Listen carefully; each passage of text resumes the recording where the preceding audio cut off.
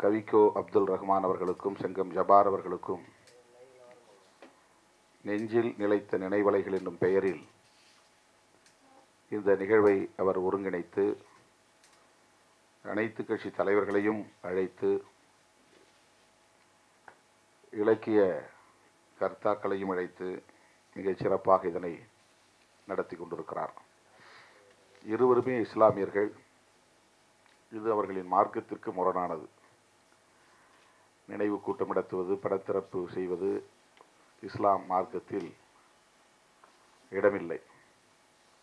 ஆனாலும் அதை தாண்டி இந்த நிகழ்வை நம்முடைய சுபாஷ் அவர்கள் ஒருங்கிணைத்திருப்பது அவர்களுக்கு நாம் செய்கிற நன்றி கடன். நமக்கு நாமே நம்மை ஆற்றுப்படுத்திக் கொள்கிற ஒரு சிறிய முயற்சி.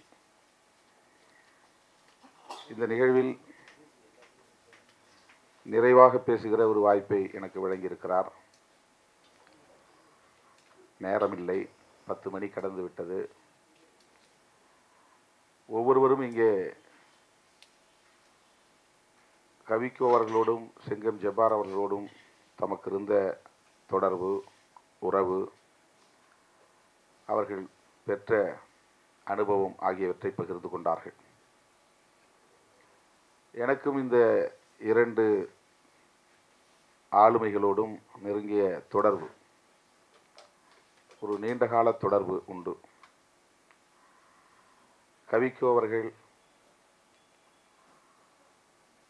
விடுதலை சிறுத்தைகள் கட்சியின் மீது மிகுந்த நம்பிக்கையும் பற்றுதலும் கொண்டவர். மனம் திறந்து பாராட்டி ஊக்கப்படுத்தக்கூடிய ஒரு ஆளுமை. பல நிகழ்ச்சிகளில் என்னை பாராட்டி ஊக்கப்படுத்தி இருக்கிறார். அவர் எத்தகைய ஆற்றல் நிறைந்தவர் என்பதையெல்லாம் இங்கே பேசிய அத்தனை தலைவர்களும் சுட்டிக்காட்டினார்கள். அவருடைய கவிதைகளை இங்கே மேற்கோள் காட்டினார்கள். அவருடைய இறப்பு என்பது உள்ளபடியே பெரும் அதிர்ச்சியை எனக்கு ஏற்படுத்தியது. விடுதலை சிறுத்தைகள் கட்சியின் சார்பில் அவருக்கு விருதுகள் வழங்கும் விழாவிலே காகிதமில்லத்திரை விருது வழங்கி அவரை பாராட்டியிருக்கிறோம், அவருக்கு சிறப்பு சேர்த்திருக்கிறோம். செங்கம் ஜபார் அவர்களை பொறுத்தவரையில் நான் நாடாளுமன்ற உறுப்பினராக இருந்தபோது டெல்லிக்கு வரும்போதெல்லாம் என்னுடைய அறையில் தான் தங்குவார். பெரும்பாலான நாட்கள் நான் டெல்லியில் இல்லாத போது கூட அந்த அறை அவருக்காக திறந்து வைக்கப்பட்டிருக்கும். எப்போது வேண்டுமானாலும் அவர் அந்த அறைக்கு போகலாம், தங்கலாம் என்று நான் சொல்லியிருந்தேன். அதையெல்லாம் இப்போது நாம் நிறைய சொல்ல முடியாது, நேரமில்லை. அவருக்கும் என் மீது மிகுந்த ஒரு ஈடுபாடு உண்டு. நான் தொடக்கத்தில் மூப்பனார் அவர்களோடு தேர்தல் அரசியலில் ஈடுபட்ட அந்த தொடக்க காலத்திலேயே நான் தங்கியிருந்த ஒட்டகபாளையம் பகுதிக்கு வந்து என் அறைக்கு வந்து என்னை கட்டி தழுவி என்னை ஆராதித்தவர், ஊக்கப்படுத்தியவர். அதற்கு முன்பு நான் அவரை பார்த்ததில்லை. நேரிலே வந்து என்னை பார்த்து நான் தான் செங்கம் ஜபார் என்று அறிமுகப்படுத்தி கொண்டு மார்போடு கட்டி தழுவி, நீங்கள் வளர வேண்டும், ஒடுக்கப்பட்ட மக்களுக்கு ஒரு பாதுகாப்பு அரணாக இருக்க வேண்டும் என்று என்னை வாழ்த்தியவர். எப்போதெல்லாம் சந்தர்ப்பம் கிடைக்கிறதோ அப்போதெல்லாம் என்னை சந்தித்து ஊக்கப்படுத்தியவர்.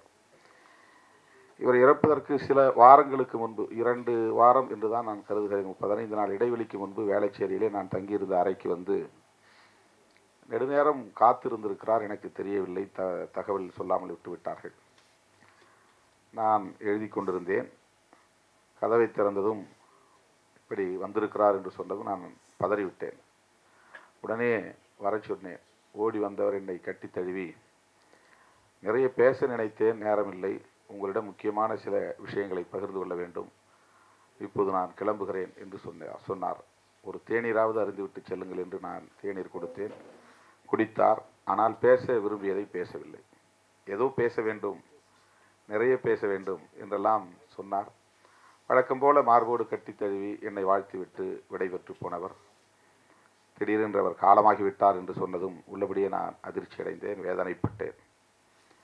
அவர் எத்தகைய ஆளுமை உள்ளவர், ஆற்றல் நிறைந்தவர் என்பதையெல்லாம் எனக்கு முன்னர் பேசிய அத்தனை பேரும் சொல்லியிருக்கிறார்கள்.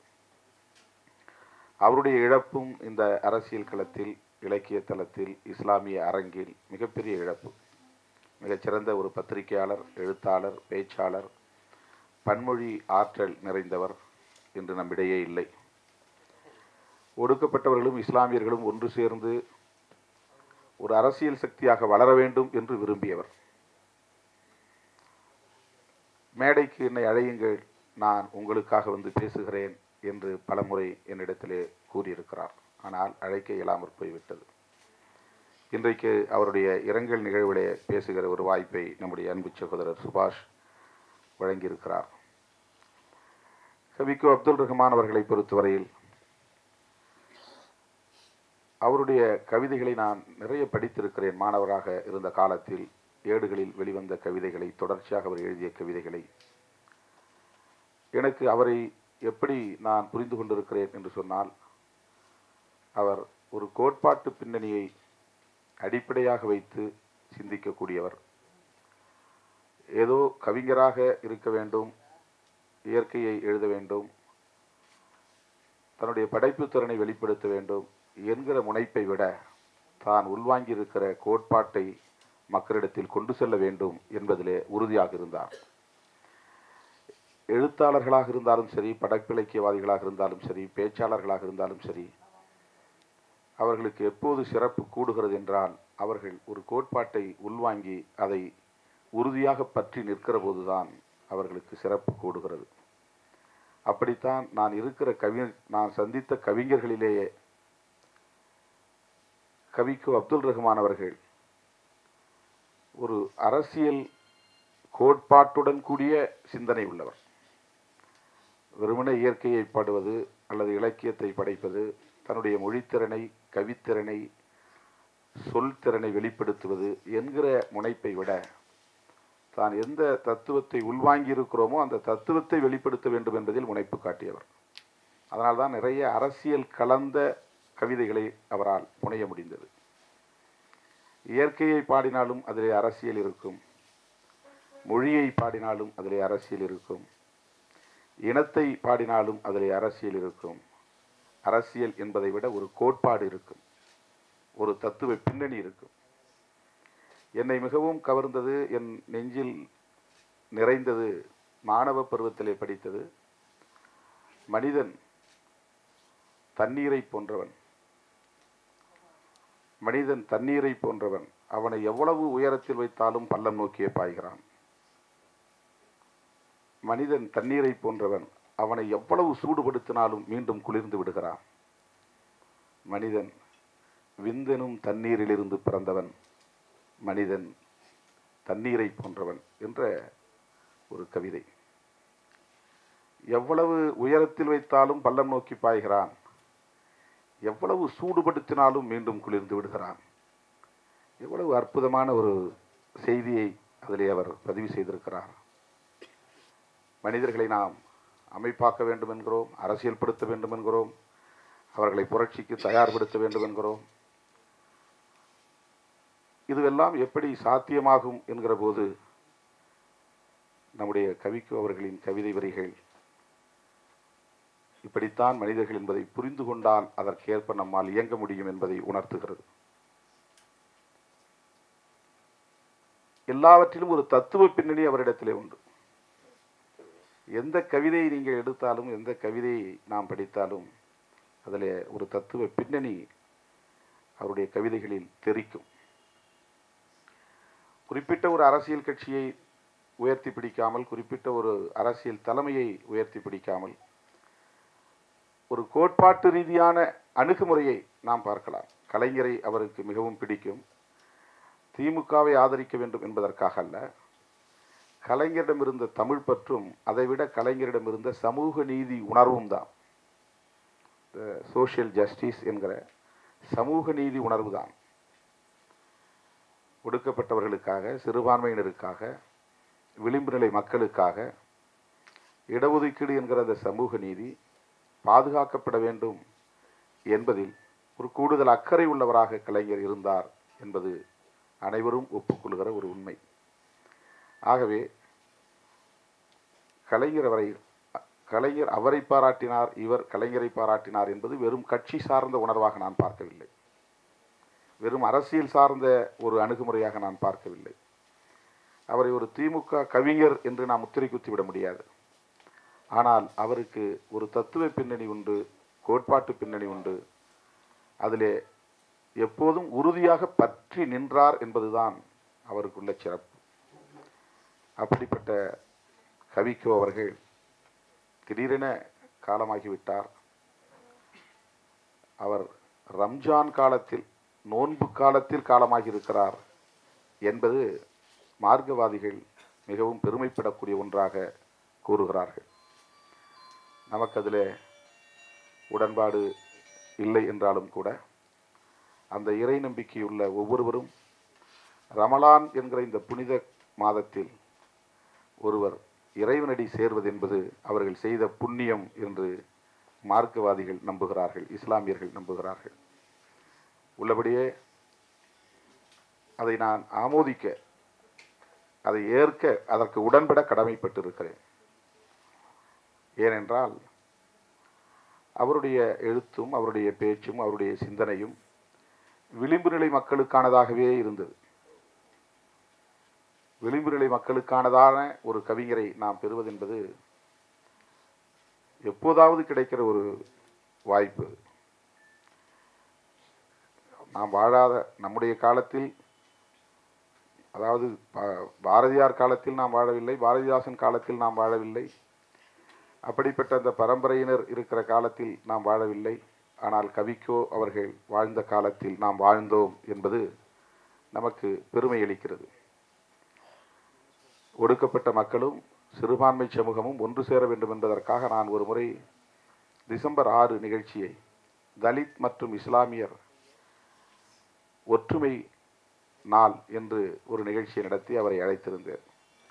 அந்த நிகழ்ச்சியில் டிசம்பர் 6 என்றால் முஸ்லிம்களுக்கு பாபர் மசூதி இடிப்பு மட்டும்தான் நினைவுக்கு வரும். டிசம்பர் 6 என்றால் தலித்துகளுக்கு அம்பேத்கர் நினைவு நாள் மட்டும்தான் நினைவுக்கு வரும். ஆனால் தம்பி திருமாவளவனுக்குத்தான் தலித்துகளையும் இஸ்லாமியர்களையும் இணைக்க வேண்டும் என்ற நினைப்பு வந்திருக்கிறது. இந்த நாளை அதற்காக இவர் தேர்வு செய்திருக்கிறார். இஸ்லாமியர்களுக்கு சிறுபான்மையினருக்கான தொல்லை தீருமா என்று நான் எண்ணிக்கொண்டிருந்த போது தம்பி திருமா வந்திருக்கிறார் என்று அந்த கூட்டத்திலே ஒரு உரையை அவர் நிகழ்த்தியது இன்றைக்கும் எனக்கு நெஞ்சிலே பிடிந்திருக்கிறது. அந்த அளவுக்கு என் மீது அவர் ஒரு நம்பிக்கையை கொண்டிருந்தார், பற்றுதலை கொண்டிருந்தார். ஆகவே அவருடைய நினைவேந்தல் நிகழ்வில் பங்கேற்று அவருடைய நினைவுகளை இங்கே எடுத்து கூறுவதற்கு வாய்ப்பளித்த சுபாஷ் அவர்களுக்கு நான் நன்றி சொல்ல கடமைப்பட்டிருக்கிறேன். சுபாஷ் அவர்களுடைய பேச்சு, இடையிடையே பேசிய பேச்சு ஒவ்வொன்றும் ஆழமாக நம்மை சிந்திக்க வைத்தது. அவர் மட்டுமே பேசியிருக்கலாம் என்று தோன்றியது. நாம் அனைவரையும் எதிரே அமர வைத்துவிட்டு தலைவர்களே நான் பேசுவதை கேளுங்கள் என்று நாம் அனைவரையும் எதிரே அமர வைத்துவிட்டு சுபாஷ் மட்டுமே பேசியிருந்தால் இந்த நிகழ்ச்சி இன்னும் சிறப்பாக இருந்திருக்கும்.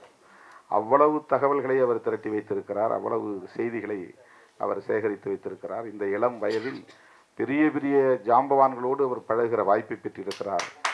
எனவே அவர் சொல்லுகிற பெயரெல்லாம் நாம் கேள்விப்படாத பெயர்களாக இருக்கிறது. ஃபிலிம் நியூஸ் ஆனந்தன், எம்எஸ் கேள்விப்பட்ட பெயர் தான் சொல்லுகிறேன். அவர்களெல்லாம் நம்ம நெருங்கி பழகுவதற்கு வாய்ப்பே இல்லை. அவருடைய தந்தை ஐயா ரவீந்திரதாஸ் அவர்கள் என் மீது உள்ளபடியே மிகுந்த பற்றுதலை கொண்டவர். என்னை அழைத்து அவர் நடத்திய ஒரு பத்திரிகை தென்றலா தமிழ் தென்றல் என்கிற இதழுக்கு 3 வாரம் தொடர்ந்து வரக்கூடிய அளவுக்கு ஒரு விரிவான பேட்டி எடுத்து அதில் பதிவு செய்தார். அவர் மூலம் இவருக்கு அந்த பாக்கியம் கிடைத்திருக்கிறது. பெரிய பெரிய ஜாம்பவான்களோடு பழகுகிற வாய்ப்பு, ஏராளமான தகவல்களை அவர் இங்கே நம்முடைய கவிக்கோ அவர்களை பற்றியும் செங்கம் ஜபார் அவர்களை பற்றியும் எடுத்து சொன்னது மனதுக்கு நிறைவாக இருந்தது. சுபாஷ் அவர்களுக்கு ஒரு சபாஷ் என்றுதான் சொல்ல வேண்டும். இந்த நிகழ்ச்சி அவ்வளவு வெற்றிகரமாக ஒருங்கிணைத்திருக்கிறார். கவிக்கோ அப்துல் ரஹ்மானை தமிழ் சமூகமே இழந்திருக்கிறது. செங்கம் ஜப்பார் அவர்களை இந்த அரசியல் உலகம் இழந்திருக்கிறது. இந்த வெற்றிடத்தை எவராலும் நிரப்ப முடியாது. அந்த நாற்காலியில் என்னை உட்கார சொன்னார்கள், இந்த வெற்றிடத்தையாவது நீங்கள் நிரப்புங்கள் என்று சொல்லக்கூடிய வகையிலே என்னை அழைத்து ஜெயந்தி கண்ணப்பன் அவர்கள் அமர வைத்தார். நம்மால் இந்த வெற்றிடங்களைத்தான் நிரப்ப முடியும். ஆகவே இவர்களுடைய வெற்றிடத்தை எவராலும் நிரப்ப முடியாது. கவிக்கோ செங்கம் இவர்களுடைய வெற்றிடத்தை நிரப்ப முடியாது. அவர்களுடைய நினைவுகளை நாம் எடுத்துச் செல்லலாம். அவர்களுடைய கருத்துக்களை மக்களிடத்திலே கொண்டு செல்லலாம். அடுத்த தலைமுறைக்கு வழிகாட்டக்கூடிய வகையில் அவர்களின் சிந்தனைகளை மக்களிடத்தில் எடுத்துச் செல்வோம். அதுதான் அவர்களுக்கு நாம் செலுத்துகிற உண்மையான நன்றி கடனாக இருக்க முடியும் என்று சொல்லி வாய்ப்புக்கு நன்றி கூறி நிறைவு செய்கிறேன். நன்றி, வணக்கம்.